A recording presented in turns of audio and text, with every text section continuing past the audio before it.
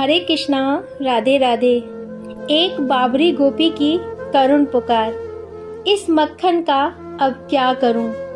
प्यारे माखन चोर, तुम यहाँ होते तो भला इतना मक्खन इकट्ठा होने पाता।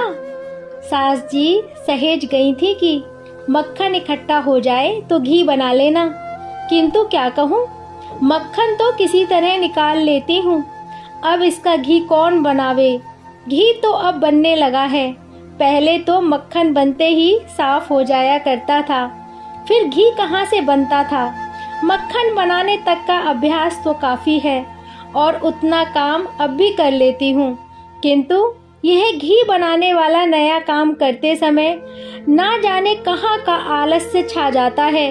रोज सोचती हूँ कि चलूं घी बना लूं, नहीं तो सास जी आकर बिगड़ेंगी, किंतु धीरे धीरे इतना माखन इकट्ठा हो गया और घी न बन सका, तो इसको रखकर खराब क्यों करूं।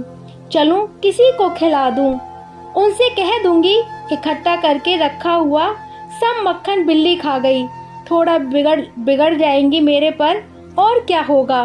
पर मुझसे घी तो ना बनेगा, वो ही आएंगी तो बना लिया करेंगी। अरे हांडी तो भर गई, इसमें कई बालक खा सकते हैं, गांव में किसी को देना ठीक नहीं। ऐसा करने से मैं सास जी से बहाना ना कर सकूंगी। चलो वन की ओर चलती हूँ, वहाँ ग्वाल बाल गाय चराते होंगे, उन्हीं को खिला दूंगी। हाँ नटवर, देखो तो तुम्हारे बिना बेचारे ग्वाल बाल चुपचाप उदास बैठे हैं। ये भला शांति से बैठने वाले थे क्या। खेलने के लिए कम नहीं है, 15-20 हैं, किंतु एक तुम्हारे ना होने से इन्होंने खेलना छोड़ दिया है। सबका चेहरा उतरा हुआ है। चलूं इन्हें मक्खन खिलाकर कुछ देर इन्हीं के साथ बातें करूं। अरे छोरो, तुम चुपचाप क्यों बैठे हो, कुछ खेलते वेलते नहीं हो। लो यह हांडी भर मक्खन लाई हूँ, आपस में बांटकर खा लो। हाय, तुम्हारे रुके हुए आंसू निकल पड़े, क्या कहा तुमने। अरे ग्वारेन, तुझे हम पर कुछ भी दया नहीं आती। एक तो यूं ही हम अपने सखा की याद में बैठे दुखी हो रहे हैं, दूसरे तूने मक्खन दिखाकर हम लोगों को और दुखी कर दिया। अरे अब मक्खन में क्या स्वाद धरा है, मक्खन किसे सुहाता है। जब माखन चोर नहीं तो माखन का खाना कैसा।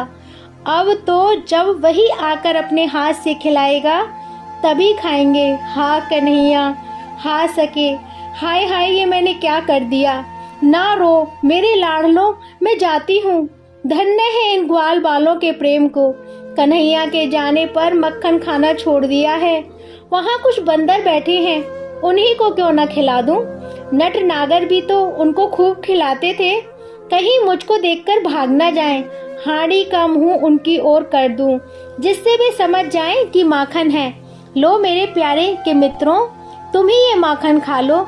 अरे इन्होंने तो मक्खन की ओर झांककर उधर को मुंह फेर लिया है। मेरे हाथ से नहीं खाओगे। अभी श्याम सुंदर तनिक सा भी मक्खन फेंक देते तो सबके सब उस पर टूट पड़ते।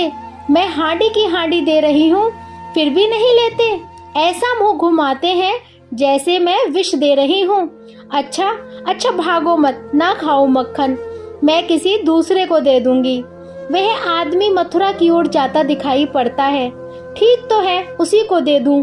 वह जाकर कन्हैया को दे देगा। कहला दूंगी कि लो अपना मक्खन तुम ही खाओ, तुम्हारे बिना यहाँ कोई माखन ब्रिज में नहीं खाता है। पर वह आदमी तो बड़ी दूर चला गया। दौड़ कर जाऊं, अरे थक जाऊंगी तो क्या हुआ, घर जाकर दिन भर पड़ी रहूंगी, थकावट फिर मिट जाएगी। ओहो, मैं कितनी तेज दौड़ती हूँ, फिर भी वह निकट नहीं होता। वह निर्दयी भी तेज चलता है, पता नहीं उसे इतनी जल्दी क्यों है।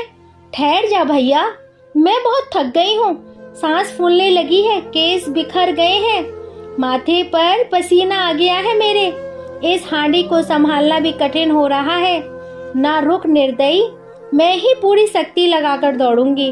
ओहो सुन भाई, खड़ा तो हो जाना, दौड़ते हुए बोला नहीं जाता। हाँ यह हांडी भर मक्खन, ओहो मेरे कन्हैया को दे देना। क्या कहता है, इतना मक्खन उनके पास पहुँचेगा कैसे। वहाँ तो बड़े बड़े राजाओं की भेंट कठिनाइयों से पहुँचती है उन तक।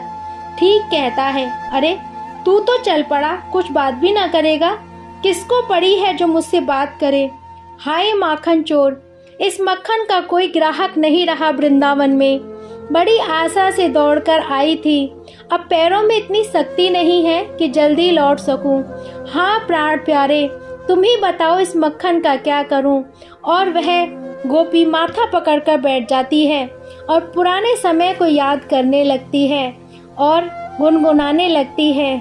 श्याम माखन चुराते चुराते अब तो दिल भी चुराने लगे हैं। श्याम माखन चुराते चुराते अब तो दिल भी चुराने लगे हैं। राधा रानी को लेकर कन्हैया अब तो रास रचाने लगे हैं। वो बाबरी गोपी पुराने दिनों को स्मरण करके नेत्रों से अश्रु निकल रहे हैं और बेहोश उन्माद पड़ी हुई है। एक बाबरी गोपी की करुण पुकार। जय जय श्री राधे श्याम।